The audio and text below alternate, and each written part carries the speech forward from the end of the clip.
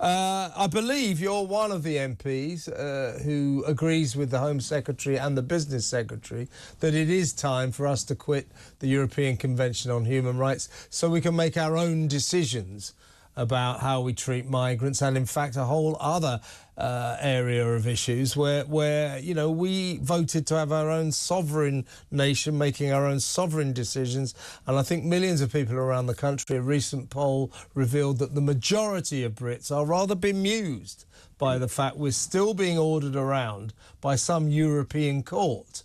Now, if we leave the European Convention on Human Rights, it doesn't mean we abandon human rights. We just don't want to be in this organisation telling us what, foreign organisation telling us what to do. Your thoughts, please, Henry. Well, I've long called for the UK to leave the ECHR, and you're right, a lot of people thought that when we left the European Union that we had also left the jurisdiction of foreign courts. But the ECHR is a separate entity from the European Union, and we are subject still to the judgment of foreign judges, often deputising late at night, making hasty decisions, as was the case with the Rwanda flight that was halted last year. And it's ridiculous. It's overriding the sovereignty not only of UK courts, but also the sovereignty of the UK Parliament, that, despite the best efforts of Labour and Liberal Democrat and Nationalist MPs, has overwhelmingly voted time after time in recent years to bear down on illegal immigration. And all of that seemingly means nothing if a unelected foreign court, foreign judge can say, well, actually, we don't think that policy is right. And therefore, if we can't have a carve-out on that issue on the European Convention of Human Rights, we need to leave it. And for those who say, as you have just mentioned, oh, that would be highly dangerous, we have been developing human rights in this country since the year 1215, since the Magna Carta was sealed, and have been developing them ever since with the Civil War, the Bill of Rights,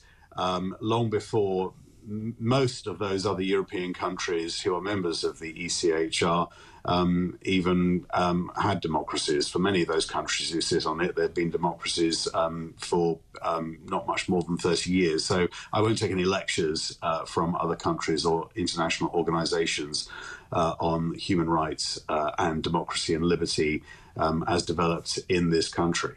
Absolutely. You don't need to be in a club to believe in human rights, and I think we'd probably stay in the European Court of Human Rights if it didn't stop us instigating our own sovereign policies, which it did. That's when it overstepped the mark. Now, your boss, Rishi Sunak, the Prime Minister, Henry, he seems to favour a somewhat different approach to the ECHR, which is this. Apparently, within the terms of the illegal immigration bill, soon to be the Illegal Immigration Act, there is a clause which will allow us, sovereign Britain, to overrule the rulings of the ECHR. So his view seems to be that if they tell us once again, you can't take that plane off to Rwanda, you can't take migrants to East Africa, we will just say, well, legally we can override you, and that's just what we're going to do. Now, I've got nothing against that in theory, but if it keeps cropping up time and time again, I think it's an unnecessary complication and embarrassment, really. I think it would be better to just leave and stop worrying about the ECHR altogether. But your thoughts on what seems like the Prime Minister's preferred course of action?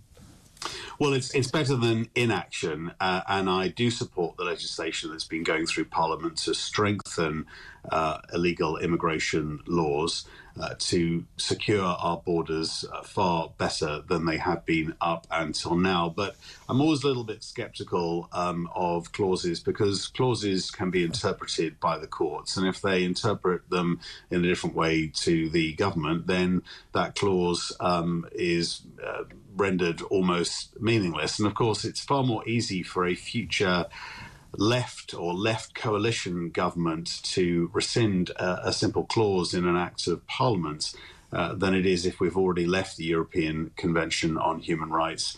and that would be much more difficult for us to go back in. So I think I take a more purist view, the view of the Home Secretary, Suella Braverman, and others like Kemi Badenoch and many of my colleagues, that the cleanest, simplest way is for us to leave the ECHR.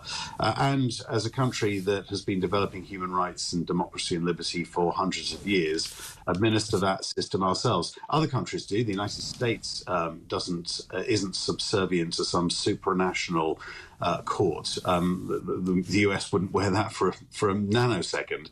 Other countries outside of Europe have their own human rights systems as well. So the suggestion that somehow we would be harming the rights of citizens is absolutely nonsense. As I say, we have a proud record in this country, and actually I think we could probably enhance our human rights protections if we weren't held back by an international body, as we've been able to enhance many things since we've left the European Union, not that that's often covered by the media.